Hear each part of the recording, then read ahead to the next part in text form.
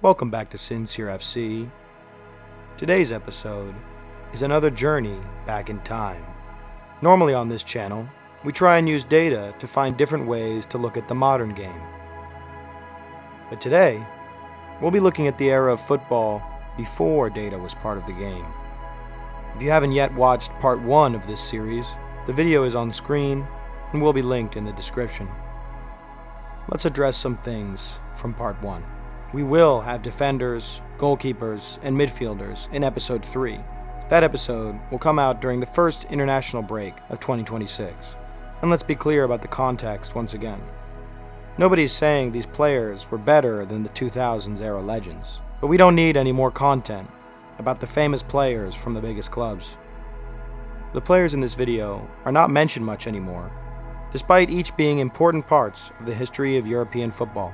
They took part in some of football's most iconic moments and were each among the elite when in their primes. Now that they're gone, it's our job to tell their stories. Let's begin with the same diagram that we saw in the previous video. Here you can see every player who achieved at least 10 goals plus assists for 3 consecutive seasons between 2000 and 2012. We're going to look at 6 of these players today. I believe many people would agree that one of the most important international teams to the landscape of international football is Brazil. I believe a tournament is always better when Brazil is good. They still have tons of great players today, but there's no doubt that they're not what they once were. One thing that's emblematic of that is how they've been missing a good striker forever. I find that so weird because when I was a young kid, they had like 10 really good ones. I can't explain where they all went. But who was the last good one? The last player with that classic Brazilian striker aura? In my opinion, it was Sevilla's Luis Fabiano. Luis Fabiano got noticed by clubs in Europe after posting a ridiculous goal-scoring record for 2 seasons in Sao Paulo. He had 2 short and relatively unsuccessful spells in France and then Portugal before joining Sevilla in 2005. His first season was mediocre, but from 2006, he began to hit top form. Fabiano was a complete forward, combining some Brazilian flair with a powerful shot and header. He reminds me of Diego Costa, but a bit more nimble and skillful with the ball at his feet. From 2006 to 2011, Fabiano was good for 15 goals a season across all competitions. In that run, he racked up 96 goals and 15 assists across 191 games. And remember, this team had another prolific striker in Frederic Canute.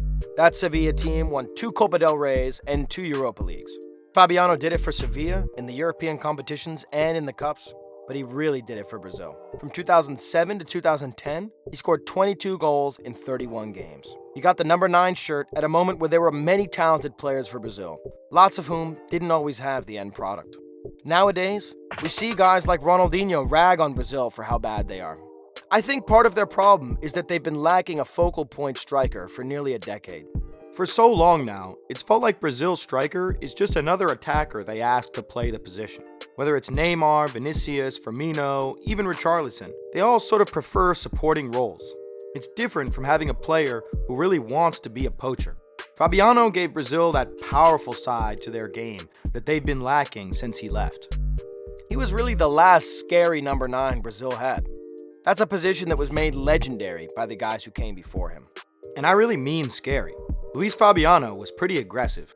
It gave him an edge in his game, but it also may have held him back from reaching the highest heights in European football. But since he left, we've yet to see anybody like him. Think about this. Among Brazilians who have played in my lifetime, he's behind only Neymar, Ronaldinho, and Kaká in terms of goals for the team. One of the first football moments to capture my imagination came in the 2010 World Cup. Brazil is playing Ivory Coast, and Fabiano scores 2 of the best goals that I saw in that tournament. From that moment, that player's name was in my head forever.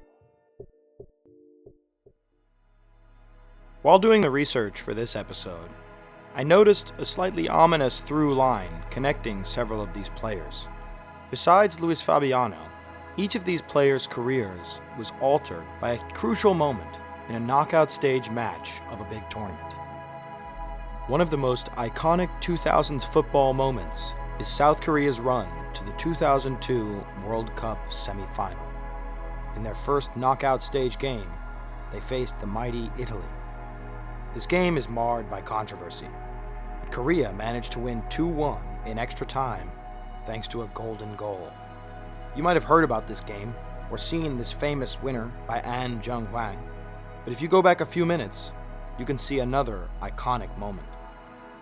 None of this would have ever happened had this ball gone in the net. Who missed that chance? Introducing player number 2, Italian striker Christian Vieri.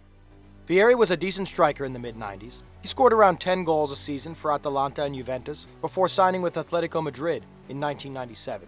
This was his big break. With Madrid, Vieri scored 29 goals in 31 games in his debut season. He moved straight back to Italy, spending one season with Lazio before moving to Inter, where he cemented his legacy. Vieri scored 77 goals in his first 4 seasons at Inter, and from 2001 to 2004, he managed 3 straight years with 25 plus. Vieri moved like a bulldozer, not dissimilar to prime Diego Costa. He was a big man, not rapid, but strong, and during his prime, quick enough to be physically dominant in the air and with the ball at his feet.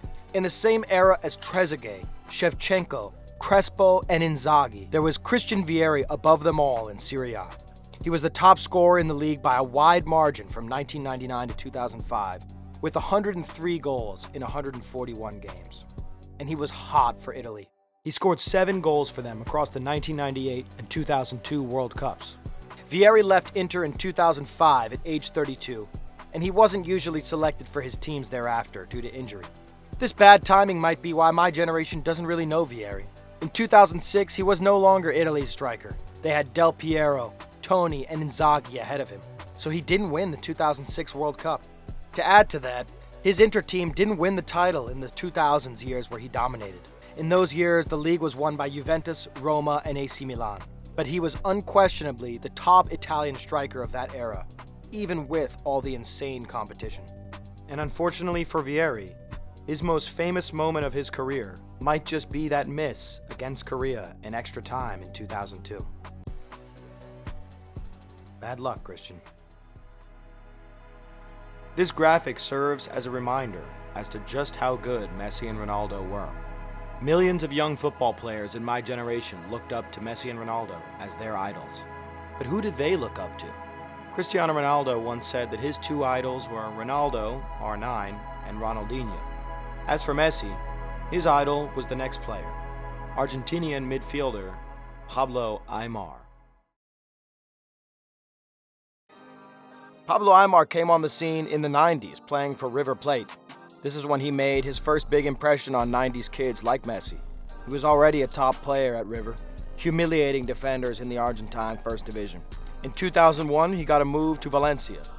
In his first season, Aimar was the hub of the Valencia midfield, and they toppled Barcelona and Real Madrid to win La Liga. Aimar was a classic number 10, a creative guy who controlled the game with dribbles and passes. He was involved in the build-up more often than he'd finish the move, but when the ball came to him, you'd hear the crowd rise. His prime was from 2001 to 2006, when he was in his early 20s. For Valencia, he reached 13 or more goal contributions in 5 straight seasons. Mostly assists, but goals and assists weren't his main game. He ran games when his team had the ball, roaming the field to find angles to play somebody in. On his game, he was one of the best midfielders in the world going forward at the time. Number 10s are rarer nowadays because of the tactical changes in the game. A present-day comparison might be a young Philippe Coutinho, attacking midfielders whose youth and skill allow them to do unexpected things on the field. Aimar played with the same kind of flair that our favorite players of this generation had. It was functional flair, not just flair for the sake of it. With Aimar, Valencia won La Liga twice and the Europa League once in the early 2000s. In 2007, he moved to Benfica.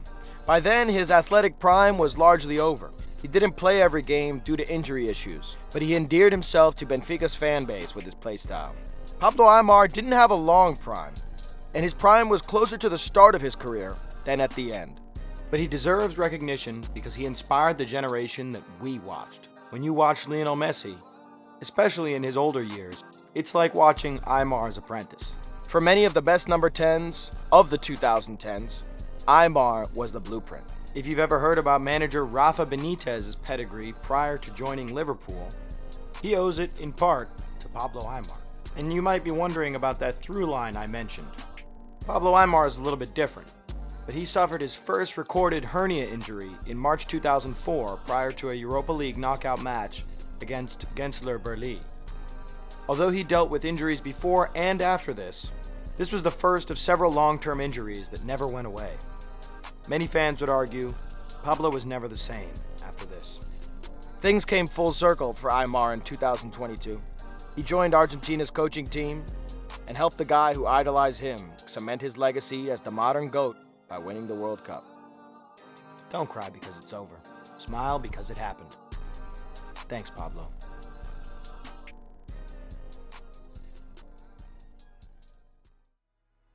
In November 2007, England's golden generation suffered an embarrassing defeat against Croatia, leading them to be knocked out of Euro 2008 qualification.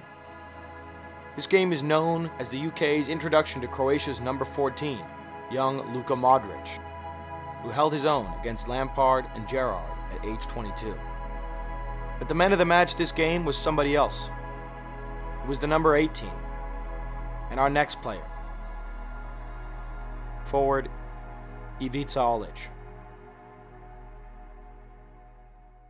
Ivica Olic was discovered by CSKA Moscow while playing in the Croatian League, where he was scoring hatfuls of goals in his early 20s. He spent 4 seasons with CSKA before moving to Hamburg in 2007.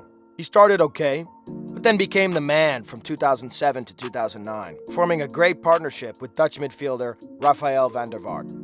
Olic was ahead of his time. His simple techniques helped him develop an unpredictable playstyle with the ball. He was versatile, played all across the front line, and did as much defensive work as any forward of that era. Why do I say ahead of his time? Because nowadays, all forwards do the defensive work. Between 2007 and 13, he ended with more than 20 goal contributions in 5 of the 6 seasons, for Hamburg, and then Bayern, and then Wolfsburg, with Kevin De Bruyne.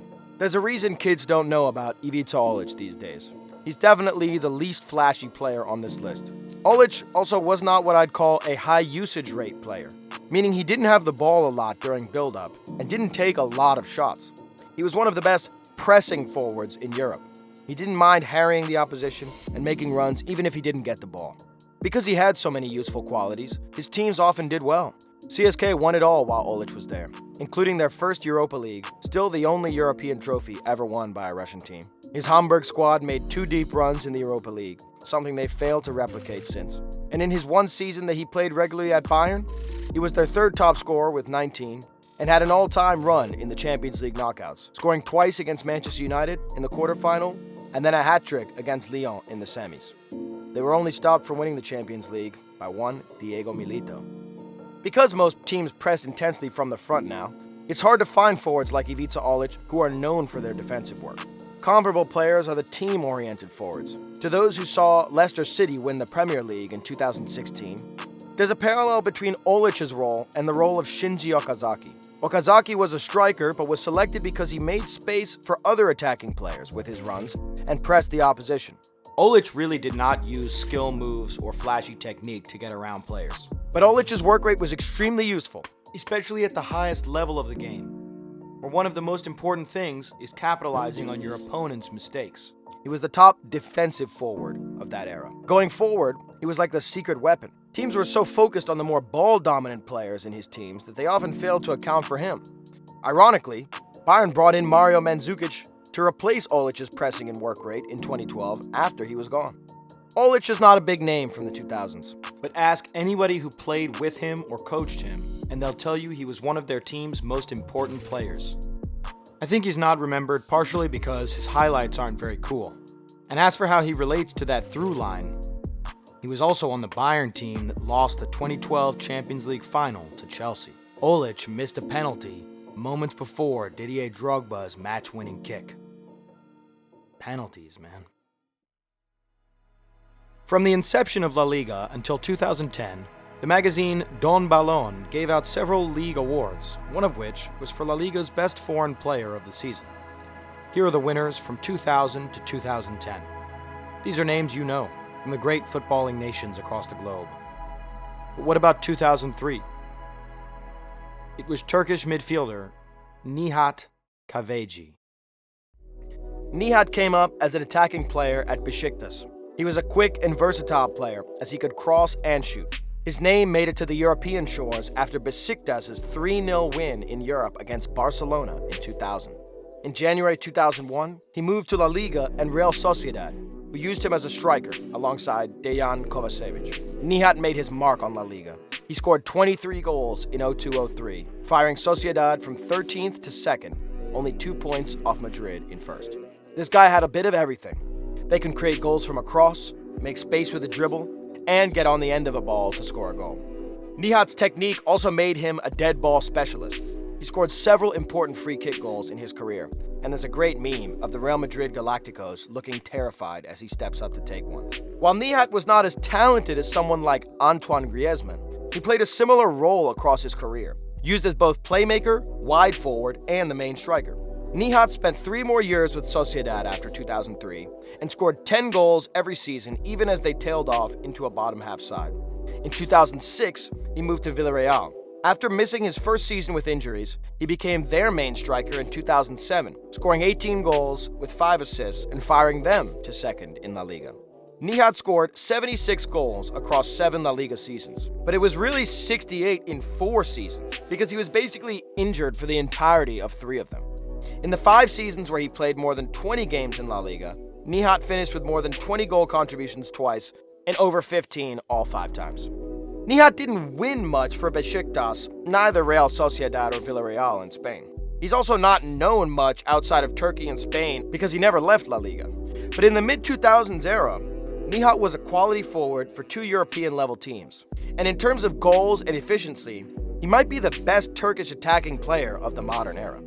The first international tournament from when I was a kid that I watched back was Euro 2008. In one of the games of the tournament, Turkey scores 2 goals against the Czech Republic to send themselves to the knockout stage. In a legacy-defining moment, Nihat scored the winner on Petr Cech from just outside the box. As for that through line I mentioned, Nihat's fateful twist came in the quarterfinal stage against Croatia. It kept him out of the subsequent semifinal against Germany, which Turkey only lost in the 90th minute from a goal from Philipp Lahm, so he missed out on a chance to secure glory for his country. Sorry, Nihat. Let's return to the 2002 World Cup. After Korea's unlikely win against Italy, they went on to face Spain in the quarterfinals. This match is just as controversial as the one from the previous round, and like the previous round, Korea won again. This time, they won on penalties. The penalty shootout finished 5-3 after Spain missed one on the 4th try. Who missed it? It was the young midfielder known as Joaquin. I first saw Joaquin playing for Fiorentina in the 2010s. Not knowing better, I assumed he was another one of those Spanish midfielders whose primary skill was their technique, like Mata, David Silva, Santi Cazorla, and so on. But what I didn't know was by that time, Joaquin had changed his game to stay at the top level. We have to go back to the early 2000s to see him in his prime. Joaquin was one of those wingers fullbacks did not want to see. Like Kvaratskhelia, Rafael Leao, or early Leroy Sané, at his best, it was not possible to stay in front of Joaquin. From 2000 until 2005, he was the main creator for Real Betis, registering 10-plus goals and assists per season. In the 2002 World Cup, he was electric for Spain. His name was in the rumor mill every summer until he became Valencia's most expensive transfer in 2006. At Valencia, he was good for 10 to 15 goal contributions a season. Not amazing, but that wasn't always his role. Valencia had Mata, David Silva, David Villa, and Fernando Morientes down the middle. Joaquin was in the team to create space and take defenders out of the game. He was not the most known winger in La Liga, being in his prime at the same time as Ronaldinho, Luis Figo, and David Beckham, but he was outstanding in this role for nearly a decade. Nowadays, we know all of the skills from games like FIFA. Joaquin coined some of those skills. Many of the best wide midfielders of the era were playmakers, like Silva, Nedved, Camoranesi, or David Beckham. Joaquin was a winger. He was one of the players who made the crowd stand up when he got the ball. Comparisons in my era would be Riyad Mahrez, Juan Cuadrado, and Angel Di Maria on the right wing. He missed out on the generational Spain run because they didn't actually use wingers. They preferred guys like Iniesta and David Silva in wide midfield. Spain were so deep in midfield that Joaquin to them was like a luxury player, even though for most nations he'd be the main creative outlet. But Joaquin really had two chapters. As he got older, injuries meant he lost a yard and he shifted to midfield. This shift gave him tremendous longevity, retiring in 2023 after over 700 appearances in La Liga and Serie A. The second chapter was good. He achieved double-digit goal contributions 5 times in his 30s. But his first chapter was absolutely electric, and up there with the scariest wingers of all time. I believe each of these players occupies their own square in the rich tapestry that was elite football in the 2000s. And even if you didn't forget them, we don't hear their names nearly enough in the new generation. Which players do you think should be in Part 3? Leave a comment below. See you next time. If you enjoyed the video, leave a like and subscribe. Leave a comment below about what other parts of the game you want to see covered. And I hope to see you again on Sincere FC very soon.